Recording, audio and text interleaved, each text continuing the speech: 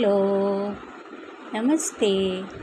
लो, आज फिर मैं आपके सामने उपस्थित हूँ पंचतंत्र में से एक कहानी लेकर। कहानी का नाम है होशियार खरगोश और शेर। एक बार एक जंगल में बहुत ताकतवर शेर रहता था। वह इतना बलवान और तगड़ा था कि सारे जंगल के लोग उसे राजा मानते थे और जंगल में वो निडर होके घूमता था और उसको किसी से भी डर नहीं लगता था।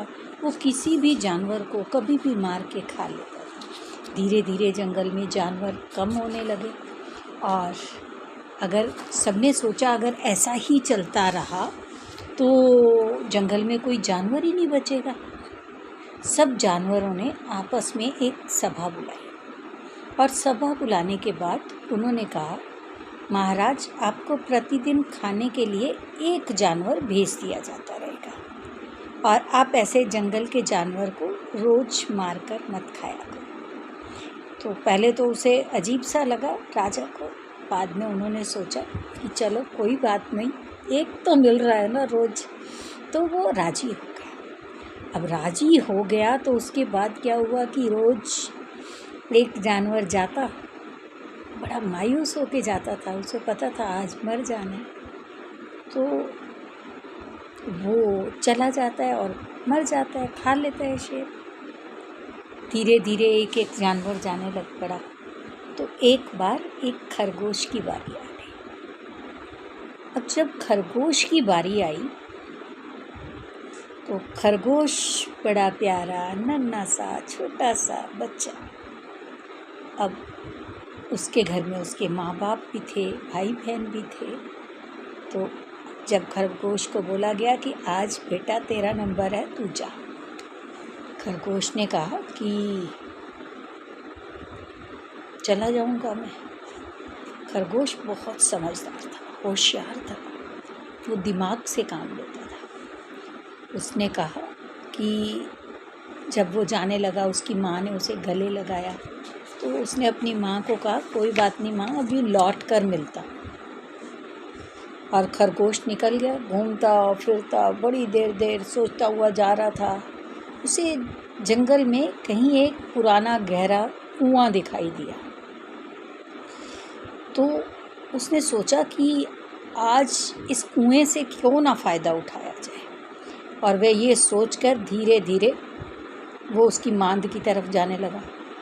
और जो शेर था वो भी बहुत देर से इंतज़ार कर रहा था और शेर राजा था, वो उसे इंतज़ार करना बहुत बुरा लग रहा था। उसको बहुत गुस्सा आ रहा था कि मैं क्या कर डालूँ आज, कुछ कर दूँ आज मैं।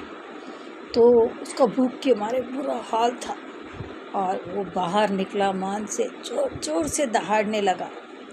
और जैसे ही उसने सामने से खरगोश को आते हुए देखा तो उसने कहा, क्यों आए हो इतनी देर से, तुम सब जानवरों को इसकी सज़ा भुगतनी पड़ेगी। उसने कहा, महाराज रुकिए, ठहरिए, आप मेरी बात सुनिए, इसमें मेरा कोई कसूर नहीं है, आप मेरी बात ध्यान से सुनो।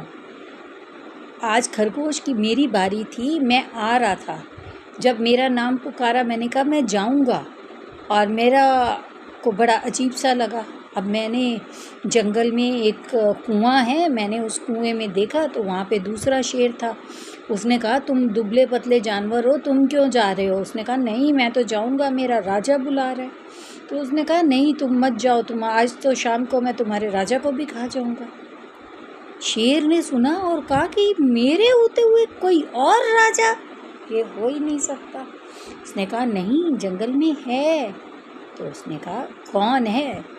कहता है, महाराज आपने मुझको खाना ही नहीं, पहले आप चलो और चल के देखो।